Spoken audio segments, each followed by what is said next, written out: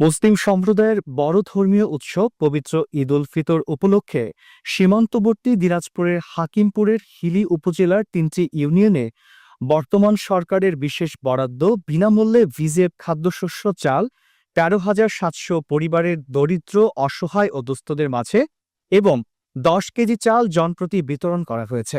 সরকারের ঈদ উপহারের চাল পেয়ে খুশি এলাকার নিম্ন আয়ের মানুষ।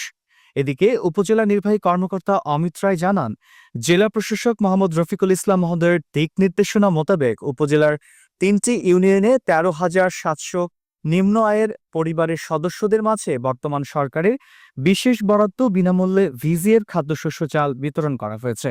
প্রতিটি কেন্দ্রে একটি করে তদারকি অফিসার রয়েছেন এবং উপজেলা প্রকল্প বাস্তবায়ন অফিসের পক্ষ থেকে মনিটরিং কার্যক্রম চলছে।